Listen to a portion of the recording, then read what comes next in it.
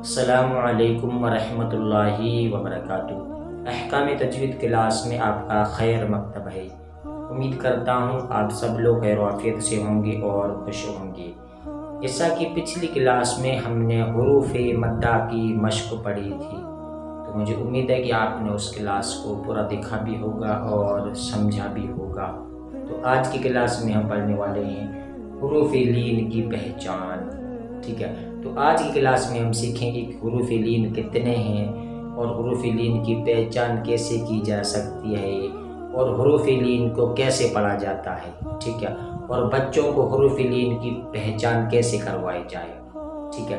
تو اس حروف لین کے متعلق جتنی بھی باتیں ہیں وہ سب آج ہم سیکھنے والے ہیں، ٹھیک ہے، اور بچوں کو حروف لین کی پہچان کیسے کروائی جائے، ٹھیک ہے۔ تو پہلے بچوں کو کہیں دیکھو بورڈ کے اوپر، ٹھیک ہے، تو بچے جو ہوں گے وہ بورڈ کے اوپر دیکھیں گے، ٹھیک ہے۔ پھر بچوں کو وہی یاد رکھو، بچوں حروف لین دو ہے، ٹھیک ہے، حروف لین دو ہے، ایک واو دوسرا یا، ٹھیک ہے۔ بچوں حروف لین کتنے ہیں؟ تو حروف لین دو ہے، کون کون سے ہیں؟ ایک واو دوسرا یا، ٹھیک ہے۔ پھر آپ تین بار افرادی بچوں سے پوچھیں کہ بچوں حروف لین کتنے ہیں، تو بچے بتائیں حروف لین دو ہیں، ایک واو دوسرا یا، ٹھیک ہے۔ اب کہیں یاد رکھو بچوں، واو ساکن ہو تو واو کے اوپر جزم سکون ہو تو واو ساکن ہو جاتا ہے، ٹھیک ہے۔ تو واو ساکن سے پہلے والے حرف کے اوپر زبر ہو تو واو لین ہوگا، ٹھیک ہے۔ یاد رکھو بچوں، واو ساکن سے پہلے والے حرف پر زبر ہو تو واو لین ہوگا۔ بچوں واو ساکن سے پہلے والے حرف پر زبر ہو تو واو کیا ہوگا؟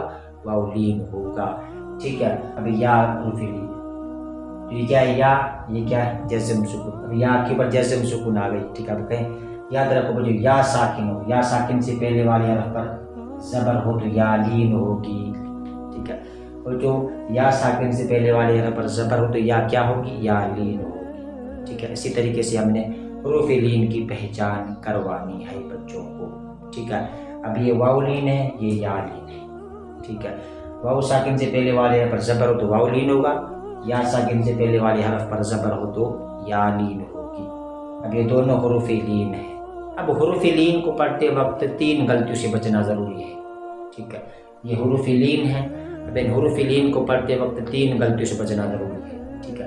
جب بھی ہم حروف لین کی جوڑ اور رواں پڑھیں یا ہم حروف لین کی مشق پڑھیں، تب ہم حروف لین کو پڑھتے وقت تین غلطیوں سے بچنا ضروری ہے، ٹھیک ہے۔ تو تین غلطیاں کون سی ہیں؟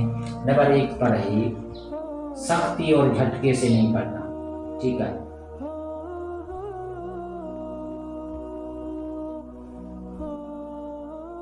ٹھیک ہے، پہلی یہ غلطی ہے، جب بھی ہم حروف لین کو پڑھیں گے تو سختی اور جھٹکے سے نہیں پڑھیں گے، ٹھیک ہے۔ نمبر دو پر ہے کھینچ کر نہیں پڑھیں گے، کھینچ کر نہیں پڑھنا، ٹھیک ہے۔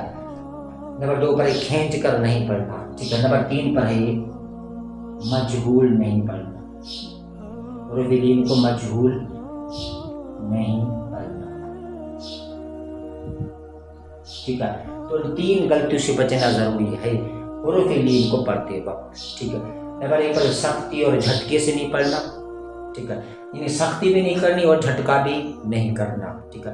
نمبر دو پر کھینچ کر نہیں پڑھنا، کھینچ کر نہیں پڑھنا۔ نمبر تین پر مجہول نہیں پڑھنا، مجہول، ٹھیک ہے۔ تو حروف لین کو پڑھتے وقت ان تین غلطیوں سے بچنا ضروری ہے کہ تین غلطیاں ہرگز نہ ہو حروف لین کو پڑھتے وقت، ٹھیک ہے۔ جب ہم حروف لین کی جوڑ اور رواں کریں یا حروف لین کی مشق پڑھیں تب یہ تین غلطیاں ہرگز نہ ہو، ٹھیک ہے۔ پھر حروف لین کو کیسے پڑھیں گے؟ یہ سوال ہے کہ حروف لین کو پڑھتے وقت سختی بھی نہیں کرنی، جھٹکا بھی نہیں کرنا، کھینچ کر بھی نہیں پڑھنا اور مجہول بھی نہیں پڑھنا، پھر کیسے پڑھنا ہے؟ یہ ایک سوال ہے۔ تو یاد رکھو، اس حوالے سے حروف لین کو جلدی اور نرمی کے ساتھ پڑھا جاتا ہے، حروف لین کو ہم جلدی اور نرمی کے ساتھ پڑھیں گے۔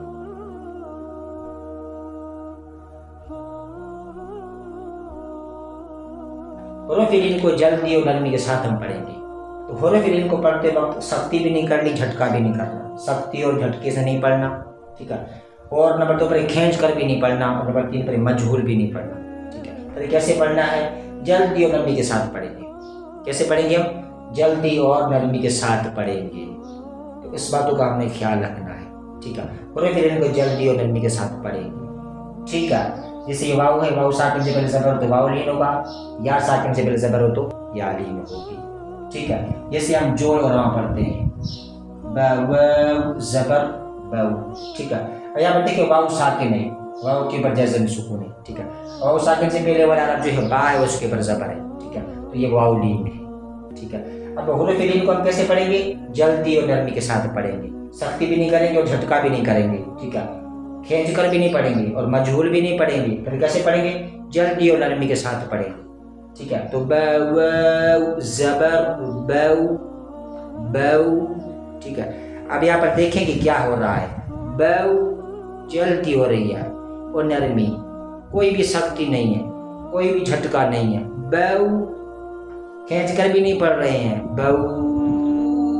ٹھیک ہے. یہ کھینچ کر پڑھنا ہے، غلط ہے. باو یہ کھینچ کر پڑھنا ہے، یہ غلط ہے.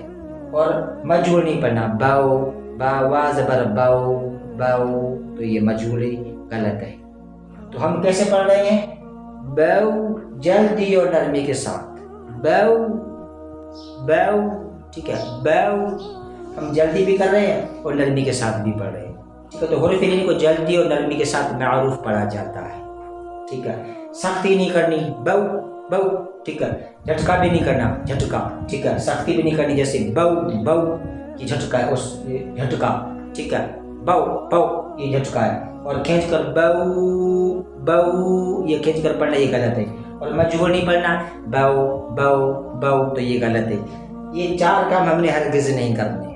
ٹھیک ہے. ایک سختی ہے اور دوسرا جھٹکا، یہ دونوں ایک ساتھ ہیں. اور دوسرا کھینچ کر نہیں پڑھنا، اور تیسرا ہے مجہول نہیں پڑھنا. ٹھیک ہے. تو یہ دونوں ایک ساتھ ہیں. ٹھیک ہے. یہ ہیں دو لیکن ایک ساتھ ہیں. سختی اور جھٹکے نہیں کرنا ہم نے.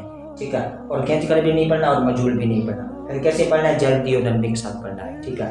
تو با واو زبر صرف کی جوڑے اور باو صرف کی رواں ہے. ٹھیک ہے. با واو زبر. ٹھیک ہے. صرف کی جوڑے. اب جو آواز نکلے گی اس کی رواں ہوگی. ٹھیک ہے. باو باو. ٹھیک ہے. تو با واو زبر صرف کی جوڑے اور باو صرف کی رواں ہے. ٹھیک ہے. تو صرف کا جوڑ اور رواں دونوں ایک ساتھ ہوں گے. با واو زبر باو. ٹھیک ہے.